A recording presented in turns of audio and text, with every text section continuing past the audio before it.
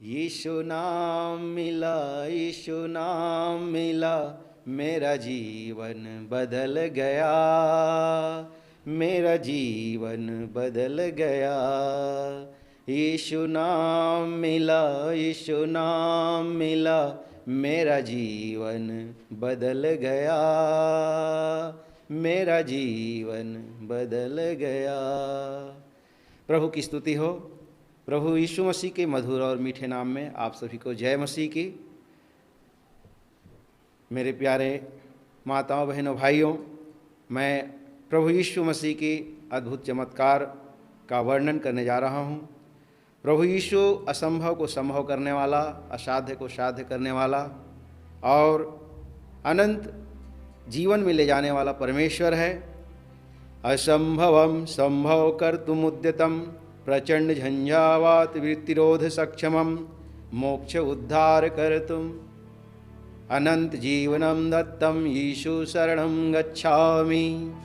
जो असंभव को संभव करने वाला है और मोक्ष उद्धार करने वाला है, आंधी और तूफान को डांटने वाला है, वह परमपिता परमेश्वर हम सबको अनंत जीवन में ले जाता है। वह उस परमेश्वर को हम उस परमेश्वर की शरण में जाएं।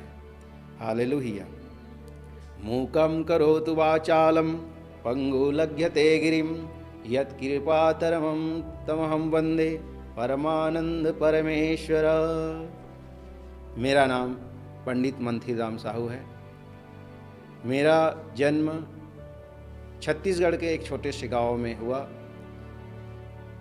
जब मैं 6वीं क्लास में था तो हिंदी की एक सहायक वाचन पुस्तिका थी, उसमें मैं प्रभु यीशु मसीह के बारे में पढ़ा। उसमें पूरी उसकी जीवनी थी। उस समय 10 महीना पढ़ाई के दौरान मुझे एक वचन उसमें याद आ गया था। वो है, प्रभु कहता है अपने मारने वाले को, जो सैनिक उनके हाथों में कीले ठोके, उनके पैरों में कीले ठोके, उनको भी वो कहता है कि हे पिता, इन्हें क्षमा कर, क्योंकि ये जानते नहीं कि क्या कर रहे हैं।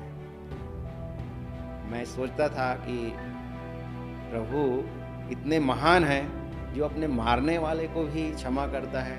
इससे बढ़कर कोई परमेश्वर हो नहीं सकता। और मैं उस घटनाओं को जो पढ़ता था उसको याद कर करके रात में रोता था। करीब 10 महीना पढ़ाई के दौरान मैं रात में रोता था और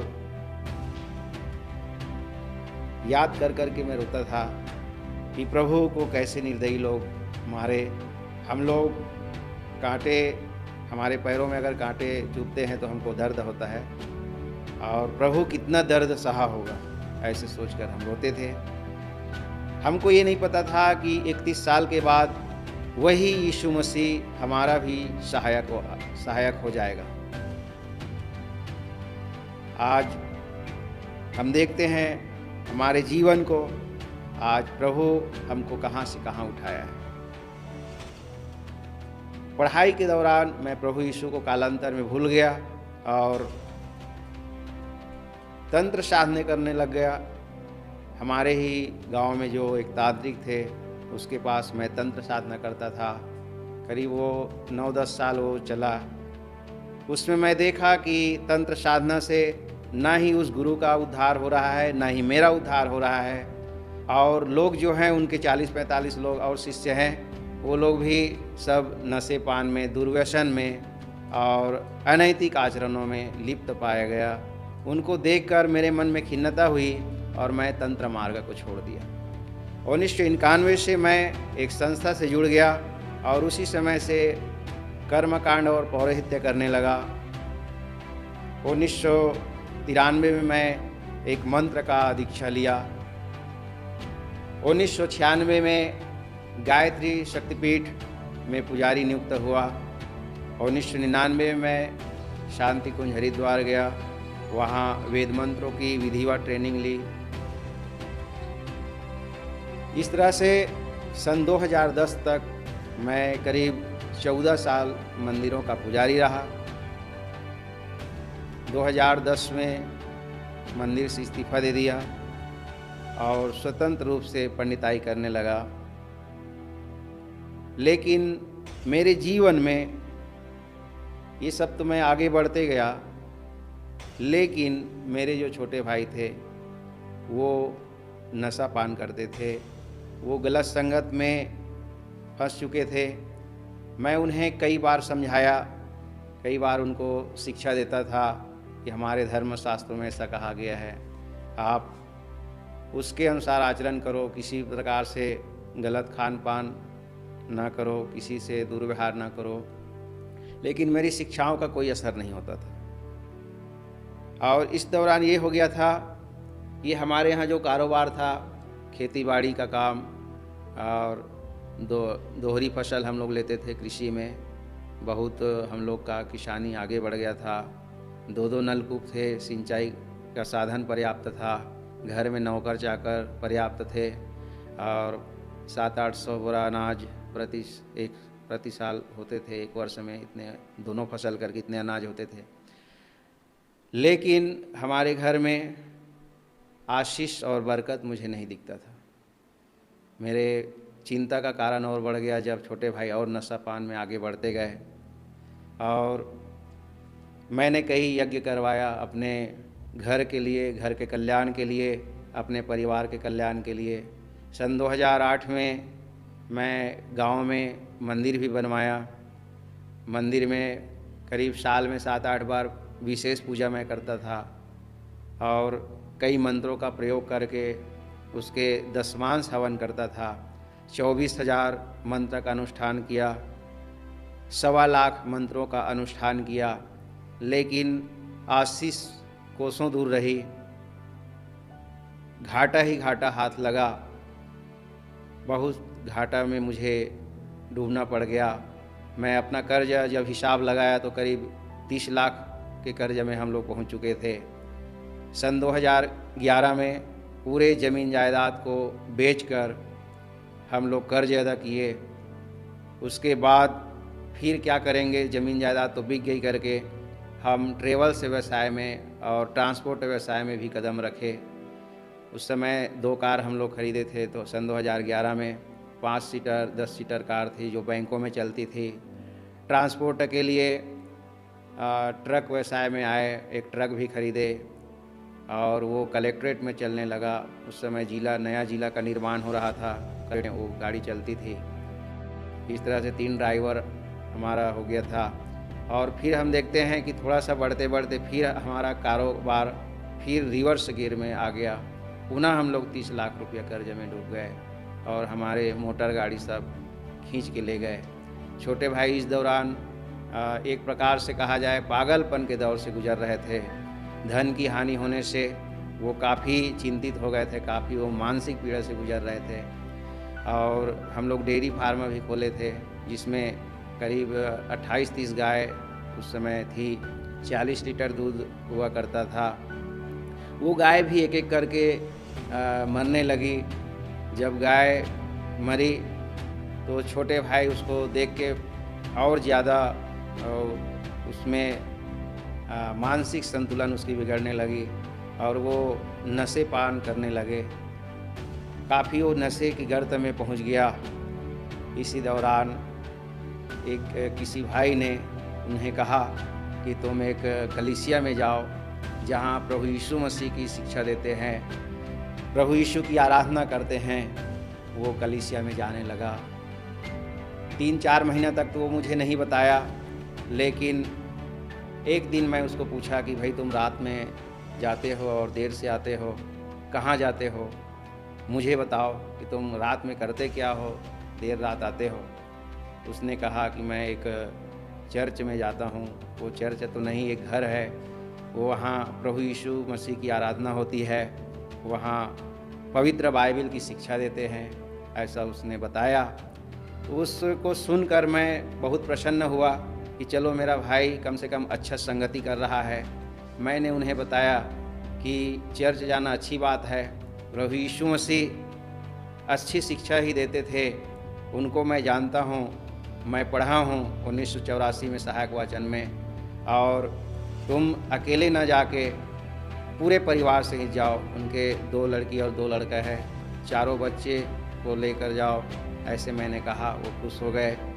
इसी दौरान वो करीब 6 महीना चर्च जाते रहे लगातार। संडे आराधना में वो हमेशा जाते थे, बाइबल स्टडी में शुक्रवार को हमेशा जाते थे।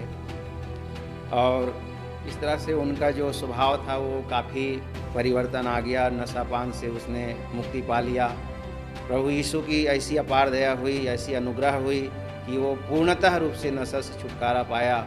और किसी भी तरह से जो भी सारे बंधन में जकड़े हुए थे, खान पान उनका बिगड़ा हुआ था, संगति गलत था, वो सभी कहा जाए वो सुधरे। और एक ऐसा दिन आया 23 जुलाई 2015 का, 23 जुलाई 2015 को उनका बपतिस्मा हुआ। उस बपतिस्मा के दिन, उसके बपतिस्मा को देखने के लिए उस दिन मुझे भी निमंत्रण मिला था और मैं उनके परिवार को लेके मैं भी चर्च में आया और देखा कि बपतिस्मा हो रहा है। मैं काफ़ी गंभीरता से सोच रहा था और उस क्रिया को देख रहा था बपतिस्मा की। उस समय मैं बाइबल कम पढ़ता था, मेरे लिए बाइबल लेकर लाए थे और मैं थोड़ा थोड़ा पढ़ना शुरू किया था। बपतिस्मा में देखा कि एक गीत चला, जब से प्यारा यीशु आया मेरा जीवन बदल गया, यीशु नाम मिला, यीशु नाम मिला, मेरा जीवन बदल गया।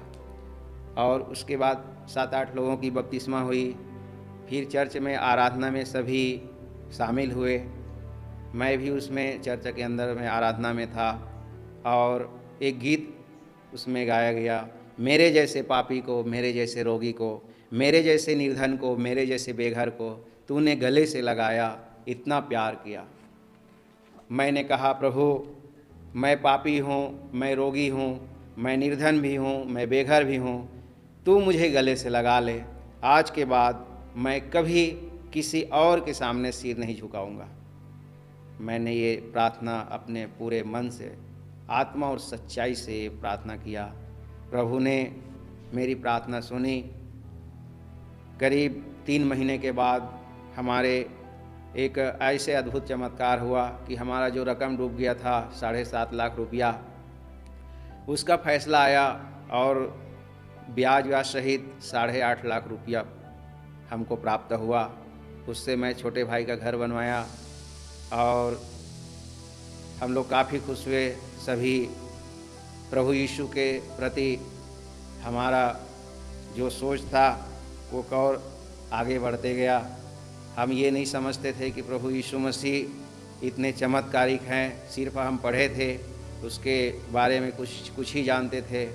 लेकिन मैं जब छोटे भाई का बदलाव देखा तो मैं सोचने लगा कि ये आदमी शराब पीता था, ये आदमी सारे गलत काम करते थे और ये सुधर गया। लगता है मुझ में ही कुछ कमी है, मेरे जो 35 साल की तंत्र मंत्र की साधना है उसमें कुछ कमी है, ऐसा मुझे महसूस हुआ। फिर मैंने प्रभु से प्रार्थना किया कि प्रभु जी मुझे ही तू गले से लगा ले और मैं कभी पीछे मुड़ के नहीं देखूँगा। उस दिन से ऐसे कई चमत्कार होने लगे। छोटे भाई का बच्चा बीमार था, उसके यहाँ पर गले में 4-5 गांठें थी, जिसको टीबी का रोग बताया था डॉक्टरों ने, वो भी ठीक हुआ और केवल 1-2 मिनट प्रार्थना करने से ही वो ठीक हो गया। और हम लगातार दोनों भाई चर्च आते रहे। हर संडे को हम चर्च आते रहे, बल्कि संडे ही नहीं, सैटरडे को हम या फ्राइडे को ही आ जाते थे और चर्च में कुछ काम करते थे, सेवा का काम करते थे, साफ़ सफाई काम करते थे। और संडे को बिल्कुल 9 बजे हम चर्च में बैठ जाते थे। हमें काफ़ी अच्छा लगा, हमारे मन में प्रभु के प्रति प्यार उमड़ने लगी और जो प्रभु हमारे छोटे भाई को बदल दिया, वो प्रभु हम सब के परिवार को, हमारे पूरे परिवार को वो बदल देगा। प्रभु का वचन कहता है, तू तेरा घराने सहित उद्धार पाएगा। हाँ, बिल्कुल ये सत्य है। घास तो सूख जाती है, फूल मुरझा जाता है, परंतु परमेश्वर का वचन हमेशा अटल रहेगा। हालेलुया। पिता परमेश्वर का प्यार मिलने लगा और एक दिन ऐसा समय आया कि मैं बपतिस्मा के लिए तरसने लगा और 6 महीना 10 दिन बाद, छोटे भाई के बपतिस्मा के 6 महीना 10 दिन के बाद मेरा बपतिस्मा हुआ। वो था 3 फरवरी 2016। 4 बजे शाम को मेरा बपतिस्मा हुआ। प्रभु ने पूरी रीति से मेरा उद्धार किया। मैं प्रभु का धन्यवाद करता हूँ। प्रभु की स्तुति हो। प्रभु को हम देखते हैं जब हम बाइबिल को समझे। मैं चर्च में जब आता था तो हमारे दोनों पास्टर जी को मैं हमेशा बोलता था कि भाई मुझे प्रभु के बारे में बताओ। मैं ये भी जानना चाहता था प्रभु यीशु मसीह ही परमेश्वर है, वो शांति का राजकुमार है, कैसे है। वो मुझे बताते थे कि यशायाह 7:14 पढ़ो। यशायाह 7:14 में साफ साफ लिखा है, एक कुंवारी गर्भवती होगी, वो पुत्र जनेगी, उसका नाम इम्मानुएल रखा जाएगा। यशायाह 9:6 में कहता है, वो अनंत काल का पिता, पराक्रमी परमेश्वर और प्रभुता जिसके कांधे पर होगी, वो शांति का राजकुमार कहलाएगा। शांति का राजकुमार है। जो शांति का राजकुमार है वही हम सबको शांति दे सकता है। मैंने बाइबिल काफ़ी पढ़ने लगा और देखा कि परमेश्वर जब क्रूस पर उसको लटकाते हैं, उसके तीसरे दिन वो जीवित हो जाते हैं, तो तीसरे दिन वो अपने 11 चेलों के पास आके कहता है, तुम्हें शांति मिले। केवल एक वाक्य है जिसके 3 शब्द हैं, तुम्हें शांति मिले। और हम लोग लंबा चौड़ा बोलते थे। वेद मंत्र कहता है, ओम द्यौः शांतिरंतरिक्षं शांति पृथ्वी शांतिरापः शांतिरोषधयः शांतिः वनस्पतयः शांतिर्विश्वे देवाः शांतिर्ब्रह्म शांतिः सर्वगं शांतिः शांतिरेव शांतिः सामा शांतिरेधि। ओम विश्वानि देव सवितर्दुरितानि पराशुव यद्भद्रं तन्नयाशुव। ओम शांति शांति शांति। इस तरह से मंत्रों में कहा गया है कि आकाश में, पृथ्वी में, वनस्पति में, औषधि में, सारे प्राणियों के मन में शांति हो। लेकिन प्रभु कहता है तुम्हें शांति मिले, मैं अपनी शांति तुम्हें दिए जाता हूँ। प्रभु शांति का राजकुमार है। जिस शांति की तलाश में थे, जिस सत्य की तलाश में थे, वो हमें 42.5 साल पूरा होने पर हमको प्राप्त हुआ। हम बचपन में दीवार में लिखते थे, सत्य ही ईश्वर है, honesty is the best policy. लेकिन यहाँ पर हम बाइबिल पढ़ के देखते हैं तो प्रभु कहता है, मार्ग, सत्य और जीवन मैं ही हूँ, मेरे बिना कोई पिता के पास नहीं पहुँच सकता।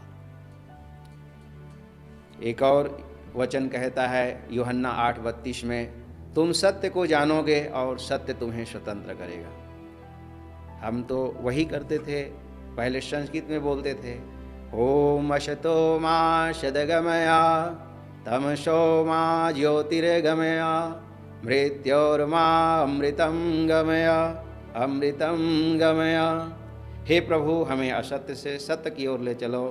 हे प्रभु हमें अंधकार से प्रकाश की ओर ले चलो।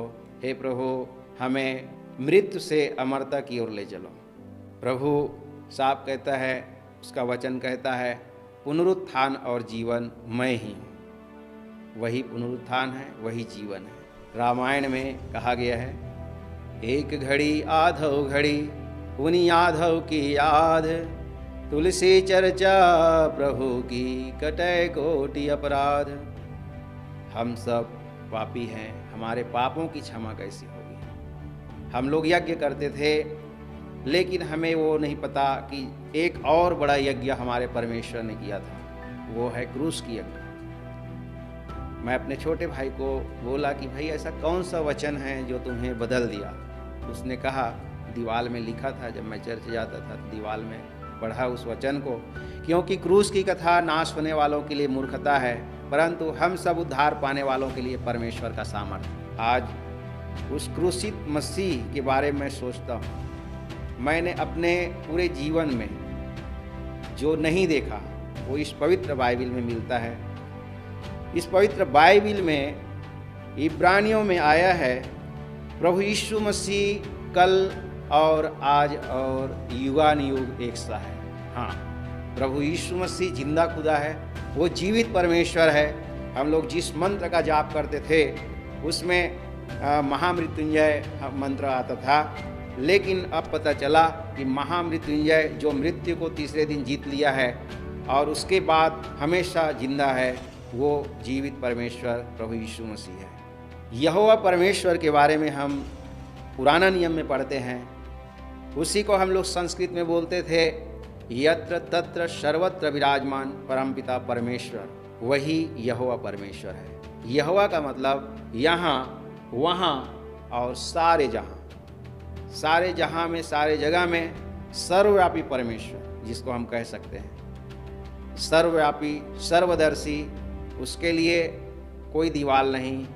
चाहे हम कितने ही अंधियार में चले जाएं, वो परमेश्वर हमको देख रहा है।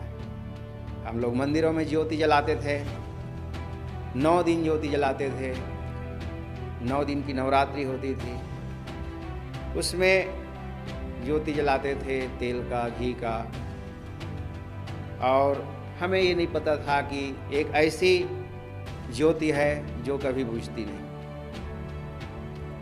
प्रभु कहता है यूहन्ना 8:12 में, जगत की ज्योति मैं हूँ, जो मेरे पीछे हो चलेगा वह अंधकार में नहीं बल्कि जीवन की ज्योति पाएगा। कहता है मैं जीवन की रोटी हूँ, मैं जीवन जल की नदियाँ हूँ, यदि कोई प्यासा हो तो आए और मुझ में से पिए, मैं उनके हृदय में जीवन जल की नदियाँ बहा दूंगा। प्रभु कहता है कि मैं तुम्हारे पत्थर का हृदय को हटाकर वहाँ मांस का हृदय डालूंगा। प्रभु महान है, जो हम सबके हृदय में उसने मांस का हृदय डाला है और उसके द्वारा हम संवेदनशील हुए हैं। वो प्रेम का सागर है। प्रेम के बारे में कई साधु संत बोले। प्रभु यीशु ने आज से 2000 साल पहले ही हम सबको प्रेम का पाठ पढ़ाया है। वो अपने पड़ोसी से प्रेम रखने के लिए कहा है, वो सारे मानव मात्र से प्रेम रखने कहा है। उसने किसी धर्म संस्था की स्थापना नहीं किया, न ही उसने कोई समाज या संप्रदाय बनाया। प्रभु हम सबको स्वतंत्र किया है, कहीं बंधन में नहीं रखा है। हम सब सारे बंधनों से पार होकर आए हैं। परमेश्वर ने हम सबको छुटकारा दिया। जब प्रभु भोज देते हैं, उसको जब यहूदा पकड़वा देते हैं, उसी रात को प्रभु भोज हुआ। उस रात्रि को जो कहा जाए प्रभु भोज की रात्रि थी, उसके एक शब्दों में कह सकते हैं कि वो शिवरात्रि थी। शिवरात्रि मतलब, शिव मतलब होता है कल्याण, कल्याणकारी। आज वही प्रभु भोज की रात्रि हम सब के लिए कल्याणकारी रात्रि साबित हुई है। उसने क्रूस पर अपने हम सब के पापों को उठा लिया और वो हम सब के पापों के लिए अपना लहू का एक एक कतरा बहा दिया। हमें शांति के लिए उसने ताड़ना सही, हमारी चंगाई के लिए उसने 39 कोड़े खाए। ऐसा प्रभु महान है जो हम सब के लिए अपने आप को कुर्बान किया। उसने क्रूस पे महायज्ञ किया। वही महायज्ञ हम संस्कृत में ऐसे बोलते हैं, ओम यज्ञेन यज्ञमयजन्त देवाः तानि धर्माणि प्रथमान्यासन तेह नाकं महिमानः सचन्त यत्र पूर्वे साध्याः सन्ति देवाः। परमेश्वर अपने आप में पूर्ण है। परमेश्वर ने कहा, प्रभु यीशु ने जब प्राण त्यागा तो पूरा हुआ। उसने केवल 2 शब्द का इस्तेमाल किया। सारे व्यवस्था जो लिखा गया था, उस व्यवस्था को वो पूरा करने आया था। उसने कहा पूरा हुआ। उसको हम वेद मंत्रों में ऐसा कहते हैं, ओम पूर्णमदा पूर्णमिदं पूर्णात् पूर्णमुदच्यते पूर्णस्य पूर्णमादाय पूर्णमेवावशिष्यते ओम पूर्णादर्वी परापता सुपूर्णा पुनरापता वष्णेव विक्रीणा वः ईश्मुर्जगं शतक्रतो स्वाहा। ये प्रभु महान है जो सारे व्यवस्था को पूरा किया। उसने शुद्ध और अशुद्ध के बारे में बताया कि किसको शुद्ध और किसको अशुद्ध। उसने कहा कि सारा चीज़ मेरा बनाया हो, किसी को अशुद्ध मत कहा। और हम लोग शुद्ध और अशुद्ध के चक्कर में 42.5 साल गंवाए। 42.5 साल तक हम अंधकार में भटकते रहे। हमने आत्महत्या भी करना चाहा था, हमारे भाई भी आत्महत्या करना चाहते थे। प्रभु ने हमें बचाया।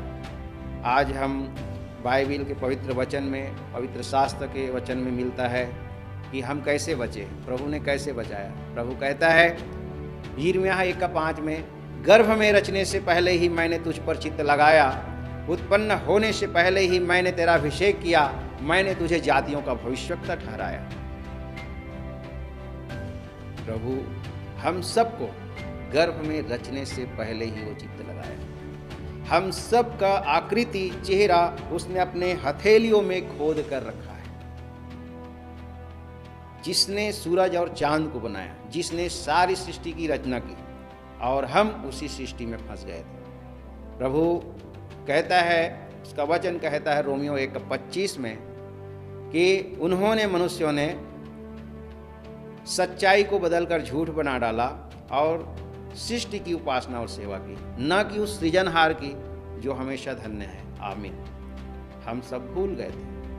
हम उस मिट्टी और पत्थर, लकड़ी, काठ की लकड़ी, काठ की मूर्ति, ये सब की हम पूजा करने से हम समझते थे कि हमारा उद्धार होगा, लेकिन ये पंच तत्वों की पूजा करने से कोई उद्धार हमको नहीं दे सकता। क्षिति जल पावक गगन समीरा, पंच तत्व रचित यह अधम शरीरा। ये जो शरीर है 5 तत्व से बनी हुई है, और इन 5 तत्वों पर प्रभु यीशु मसीह का अधिकार है। उसने आंधी को डांटा, पानी को थम लिया और असंभव को संभव किया। लाल सागर को 2 भागों में बांटा, लाजर को चौथे दिन उसने जीवित किया। ऐसे बड़े बड़े अद्भुत काम हमारे परमेश्वर ने किए हैं। ऋषि मुनि अति तपस्वी योगी, आरत अर्थी चिंतित होगी, जो जो शरण तुम्हारी आवे, सो सो मन वांछित फल पावे। बल बुद्धि विद्याशील सुहाऊ, धन वैभव यश तेज उछाऊ। सकल बढ़े उपजे सुख नाना, जो यह बाइबिल पाठ करे धरि ध्याना। जो यह पवित्र शास्त्र का पाठ करेगा ध्यान धर के, मतलब मनन करके, चिंतन से और गंभीरता से इसको अध्ययन करेंगे, इस पवित्र शास्त्र को जिसको हम बाइबिल कहते हैं, तो हम सबको वो सारी चीज हमें प्राप्त होगी। मंदिर और चर्च में जमीन और आसमान का अंतर है, क्योंकि हम जो कलीसिया में आते हैं और आराधना करते हैं वो आत्मा और सच्चाई से आराधना करते हैं। हमें आत्मा और सच्चाई से आराधना करने की जरूरत है, तभी हम उस परमेश्वर को पा सकते हैं। परमेश्वर, हमारे कुछ ऋषि मुनियों ने कहा है, ऐसी वाणी बोलिए कि मन का आपा खोए, और अन्न को शीतल करे, आपो शीतल होए। मंत्रों में कहा गया है, ओम यदस्य कर्मणो त्यरीरिचम यद्वा न्यूनमिहाकरम, अग्निष्टत शिष्टकृत विद्या सर्वं शिष्टं सुहूतं करोतु मे। अग्नये सृष्टिकृते सुहूतहुते सर्वप्राश्चिताहुतीनां, कामानां समर्धयित्रे सर्वान्नः कामांत समर्धय स्वाहा। प्रभु कहता है कि तुम पवित्र बनो क्योंकि मैं पवित्र हूँ। मंत्रों में कहते थे, ओम अपवित्रः पवित्रो वा सर्वावस्थां गतोऽपि वा, यः ईश्वरेत पुंडरीकाक्षं स वहाभ्यन्तरः शुचिः। ओम पुनातु पुंडरीकाक्षः, पुनातु पुंडरीकाक्षः, पुनातु। पापोऽहं पापकर्माहं पापात्मा पापसंभवतः, त्राहि मां पुंडरीकाक्षौ सर्वपाप हरिहरौ। पवित्र वचन में प्रभु बार बार कहा है कि तुम पवित्र बनो क्योंकि मैं पवित्र हूँ। हालेलुया। परहित सरिस धर्म नहीं भाई, पर पीड़ा सम नहीं अधमाई। जो दूसरों के हित के समान और कोई धर्म नहीं है। धर्म का मतलब होता है सत्य, प्रेम, न्याय। प्रभु कहता है सत्यमय हूँ, मार्गमय हूँ, जीवनमय हूँ। प्रेम का पाठ उसने पढ़ाया ही है। और न्याय हम नहीं बल्कि वो न्याय करता है। प्रभु यीशु मसीह दोबारा बादलों में आने वाला है। इसी को हम कहते हैं जीसस कमिंग सून, यीशु जल्दी आने वाला है। हाँ, वो जल्दी आने वाला है, लेकिन उसके पहले हम सबको तैयार रहना है। हमारी जो ज्ञान है, हमारी जो भक्ति है, वो परमेश्वर का वचन कहता है तुम्हारी जो भक्ति है, तुम्हारी पंडिताई है, सदूकी और फरीसियों से भी बढ़कर होना चाहिए, तब हम स्वर्ग राज्य में प्रवेश करते हैं। प्रभु ने उस जगह में कहता है जहाँ व्यभिचारिणी स्त्री को लोग पकड़े थे और गांव वाले बोल रहे थे कि मूसा की व्यवस्था के अनुसार उसको पथराव करके मार देना चाहिए, लेकिन प्रभु वहाँ कहता है कि जो कोई निष्पाप हो वो पत्थर मारे। प्रभु महान है, उसने सबका ध्यान रखा है। वो अनाथों का, विधवाओं का और दीन दुखियों का वो पिता है। वो सबका सुधि रखने वाला है। परमेश्वर का वचन जो है, इस तरह से हम इसको कह सकते हैं, यत्र नार्यस्तु पूज्यन्ते रमन्ते तत्र देवता। जहाँ नारियों की पूजा होती है वहाँ देवता निवास करते हैं। प्रभु यीशु मसीह देवता है, वो दाता है, वो देने वाला है, वो महान है। उसने नारी को भी क्षमा किया। अब बोले कि हे नारी, तुझे किसी ने पत्थर नहीं मारा? वो कहता है हाँ प्रभु, किसी ने पत्थर नहीं मारा। वो प्रभु वहाँ पर बोलता है कि हे नारी, आज से तू ये पाप मत करना, अब मैं भी तुम्हें क्षमा करता हूँ। उसने क्षमाशीलता वहाँ भी अपना दिखाया, क्योंकि वो सबसे प्रेम रखते हैं। हम सबसे प्रेम रखते हैं, मानव मात्र से प्रेम रखते हैं, क्योंकि मनुष्य जेठा है, ज्येष्ठ पुत्र है। परमेश्वर का ज्येष्ठ पुत्र मनुष्य है। मनुष्यों को उसने अपने स्वरूप में बनाया है। हम उत्पत्ति पढ़ते हैं तो देखते हैं कि परमेश्वर ने अपने स्वरूप में हम सबको बनाया। गायत्री मंत्र कहता है ओम भूर्भुवः स्वः तत्सवितुर्वरेण्यं भर्गो देवस्य धीमहि धियो यो नः प्रचोदयात्। इसका हिंदी शब्द है, हिंदी में जो अर्थ है, उस प्राण स्वरूप, दुख नाशक, सुख स्वरूप, श्रेष्ठ, तेजस्वी, पाप नाशक परमात्मा को हम सब अपने अंतःकरण में यानी अंतरात्मा में धारण करें। वह परमात्मा हमारी बुद्धि को सत्य मार्ग में प्रेरित करे। सत्य मार्ग में प्रेरित करने की शिक्षा उसने दिया है। और पूरी जो अभी हम शब्द बताए हैं उसका अर्थ गायत्री मंत्र का, वो पूरी रीति से प्रभु यीशु मसीह को जाता है। नया नियम में हम देखते हैं पवित्र शास्त्र में पहला यूहन्ना 3:5, उसमें भी साफ साफ कहा है, वह इसलिए प्रकट हुआ कि हम सबके पापों को हर ले जाए, और जिसके स्वभाव में पाप नहीं, उसके स्वभाव में कोई पाप नहीं था, वो निष्पाप थे, निष्कलंक थे। इसीलिए वेदों में भी आया है निष्कलंक मेमना।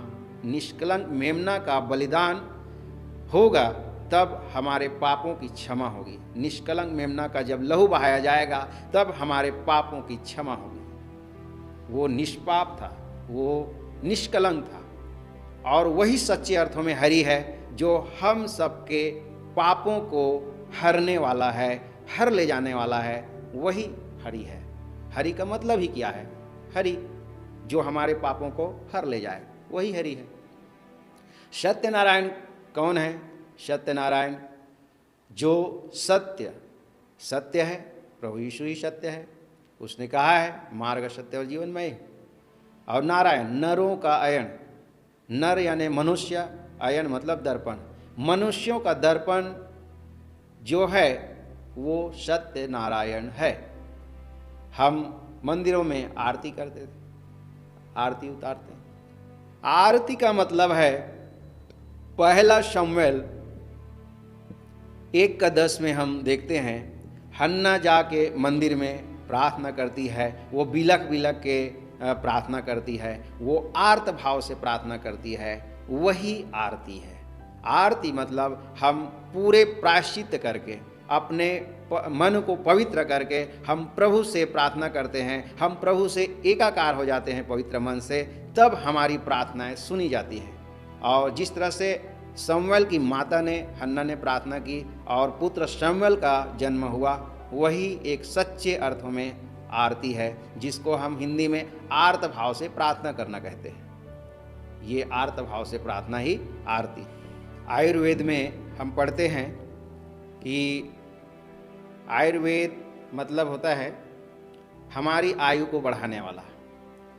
हम पवित्र शास्त्र में देखते हैं कि परमेश्वर ने कईयों का उम्र को बढ़ाया। लाजर को नया जीवन दिया, राजा हिजकिय्याह राजा को उसने उसका उम्र 15 साल बढ़ाया, और सुनेमिन की उसका लड़का जो ख़त्म हो गया था, मर गया था, उसको भी एलियाह ने जिंदा किया। परमेश्वर की अद्भुत कृपा होती है, वो सर्वशक्तिमान है, वो चाहे तो घटा सकता है, वो चाहे तो बढ़ा सकता है।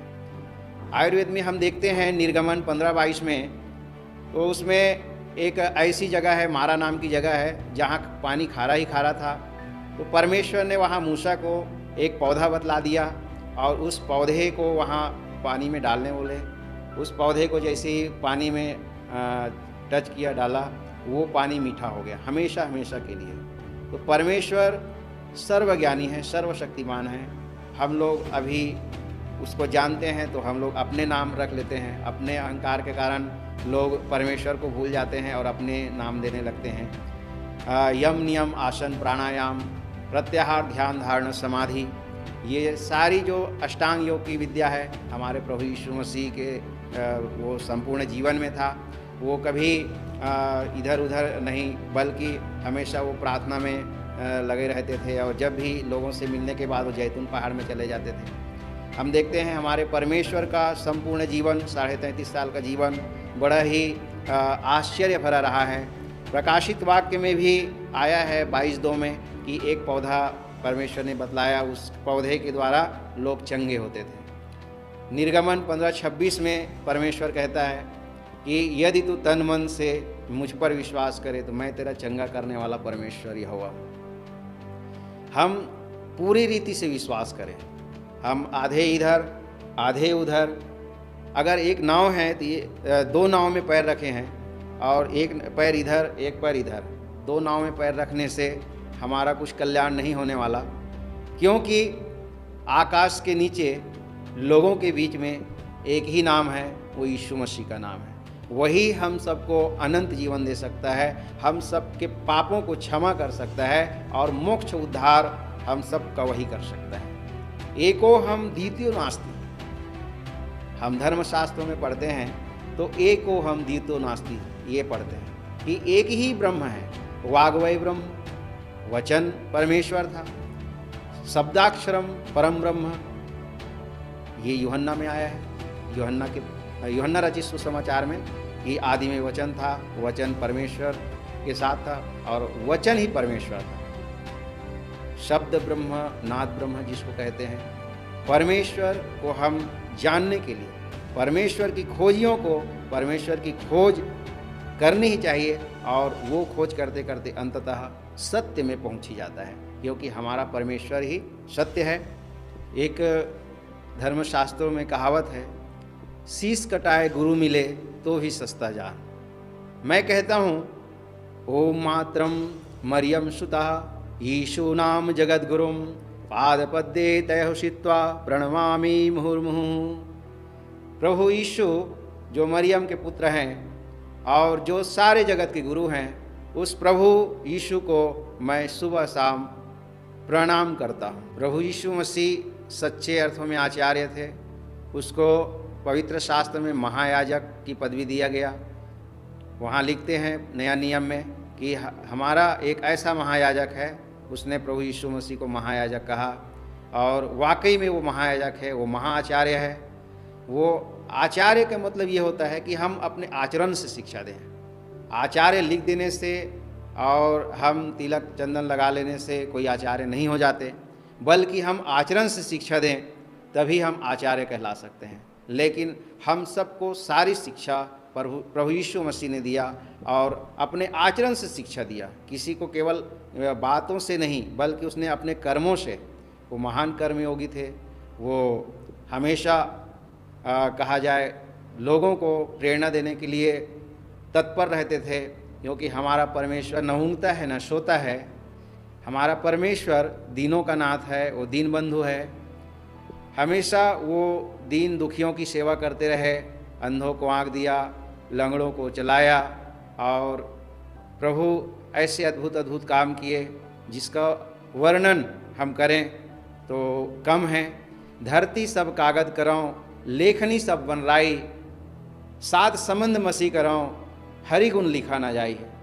यूहन्ना रचित सुसमाचार में यूहन्ना ने भी कहा है कि सारी चीज़ अगर मैं लिखता प्रभु के बारे में तो ये सारे संसार में भी वो समाता नहीं, ऐसा उसने कहा है। आइए हम उस परमेश्वर की आराधना करते हैं जो हम सबको अनंत जीवन देता है। और हम यही कहते हैं कि हम दो नाव में पैर न रखें। हम अगर दो नाव में पैर रखते हैं तो एक पैर इस नाव में एक पैर इस नाव में, तो हमारा जो जीवन है वो बिखर जाएगा। हम कहीं अपनी मंजिल तक नहीं पहुंच पाएंगे, बल्कि अपनी मंजिल तक पहुंचने के लिए हमको प्रभु यीशु के साथ चलना है, उनके बताए हुए मार्गों पर चलना है। उनके 10 आज्ञा जो उसने हम सबको दिया है, उसने व्यवस्था दिया है, उस व्यवस्था के अनुसार चलना है, क्योंकि उनके 10 आज्ञाओं पर चलना ही धर्म उसमें कहा गया है। व्यवस्था विवरण 6 का 25 देखेंगे तो उसमें कहा गया है उन्हें तुम हमारी 10 आज्ञाओं के अनुसार चलो तो ये तो तुम्हारे लिए यही धर्म होगा। हम उनके वचनों पर चलें और उनके बताए हुए रास्ते पर चलें, और क्योंकि प्रभु जगत की ज्योति है और हम सबको भी उसने कहा है, हमारे लिए भी कहा है कि तुम जगत की ज्योति हो। जो नगर पहाड़ में बसा है वह छुप नहीं सकता। एक समय था मैं भी सोचता था कि मैं कहीं नहीं जाऊंगा, मेरा सब कुछ नुकसान हो गया, मैं कहीं कुछ नहीं बोलूँगा, लेकिन प्रभु ने ऐसा अद्भुत कार्य किया मेरे जीवन में कि आज मैं जगह जगह जाता हूँ और प्रचार करता हूँ प्रभु का। अभी 4-5 राज्यों से मैं होकर आया हूँ और प्रभु की महिमा मैं करते रहता हूँ।